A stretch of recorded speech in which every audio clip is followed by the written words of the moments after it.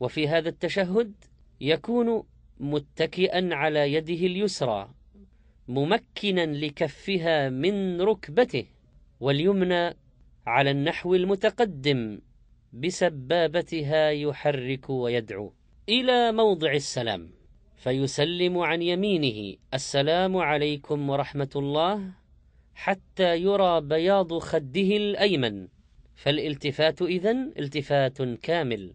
ثم عن يساره السلام عليكم ورحمة الله حتى يرى بياض خده. وإن قال السلام عليكم ورحمة الله وبركاته السلام عليكم ورحمة الله وبركاته فهو ثابت أيضا كما عند أبي داود في نسخة من سننه، وهو حديث صحيح. وإن قال السلام عليكم ورحمة الله وبركاته السلام عليكم ورحمة الله فهو صحيح أيضا. وإن قال السلام عليكم ورحمة الله السلام عليكم فهو صحيح أيضا. ولا بأس أن يقول دائما السلام عليكم ورحمة الله السلام عليكم ورحمة الله، يكون التسليم مصاحبا لالتفاته. أيها الأخ المسلم، إن هناك عددا من المخالفات يفعلها بعض الناس في صلاتهم، ربما تؤدي إلى بطلان الصلاة أو تؤدي بالإثم لمرتكبها أو تكون مكروهة نهى عنها الشارع، فاحذر منها رحمك الله.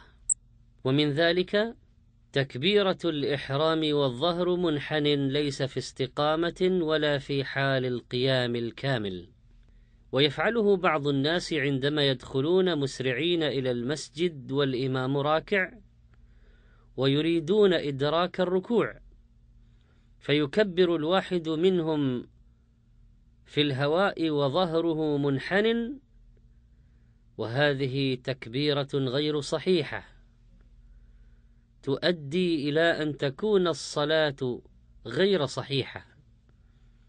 ويجب أن يكون التكبير في حال القيام الكامل واستواء الظهر قائما.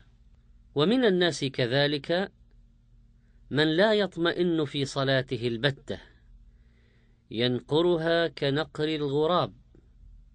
وعدم الطمأنينة في الصلاة يجعل الصلاة غير مقبولة، بل كأنه لم يصلي أصلا، كما دل عليه حديث ارجع فصل فإنك لم تصلي. ومن الناس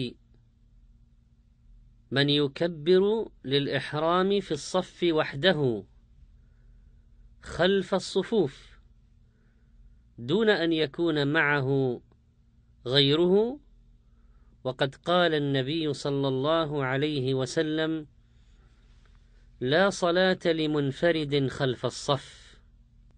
فإذا كان معذورا ولم يجد من يصف معه وخشي فوات الصلاة صلى وحده خلفهم وصلاته صحيحة.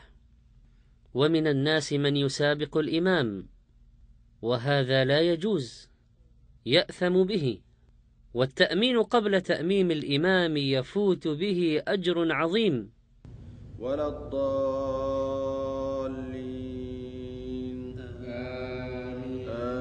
آمين. لأن من وافق تأمينه تأمين الملائكة التي تؤمن مع تأمين الإمام ولا الضالين آمين فإنه يغفر له ما تقدم من ذنبه. ومن الناس من إذا وقف في صلاته لم يقرأ قراءة شرعية، فيطبق ما بين شفتيه ولا يحرك اللسان ولا يجري النفس بالقراءة، وهذه ليست قراءة، وإنما هي استعراض في الذهن للفاتحة أو غيرها. ومن الناس من لا يستوي ظهره في الركوع فيركع نصف ركوع وظهره ما بين القيام والركوع،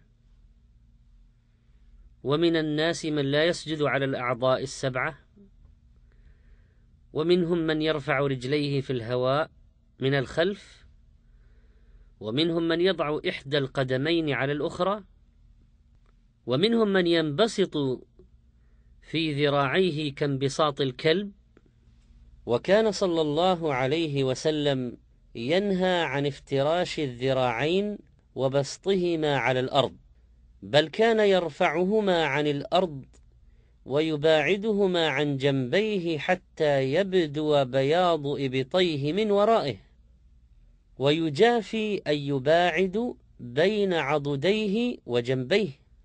وإذا كان المصلي في صلاة الجماعة مع إخوانه لا يبالغ في ذلك حتى لا يؤذي من بجانبيه، فيرفع مرفقيه عن الأرض إذن في السجود. ومنهم من يستند على جدار أو عمود أثناء القيام، بحيث لو أزيل الجدار أو العمود سقط، فصلاته غير صحيحة لأنه ليس بقائم حينئذ.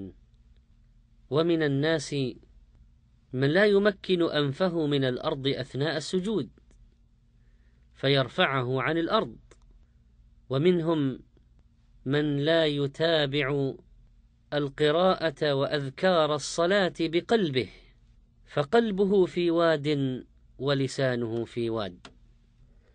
فلا تلتفت ببصرك ولا بقلبك، فإن التفات القلب إلى غير الله في الصلاة ينقص من أجرها ويتعارض مع الخشوع فيها. نسأل الله تعالى أن يعلمنا ما ينفعنا، وأن ينفعنا بما علمنا، وأن يفقهنا في ديننا، وأن يرزقنا اتباع سنة نبينا، وأن يتقبل منا عملنا، ويغفر لنا ذنوبنا وتفريطنا. وصلى الله وسلم على النبي الأمي وعلى آله وصحبه أجمعين.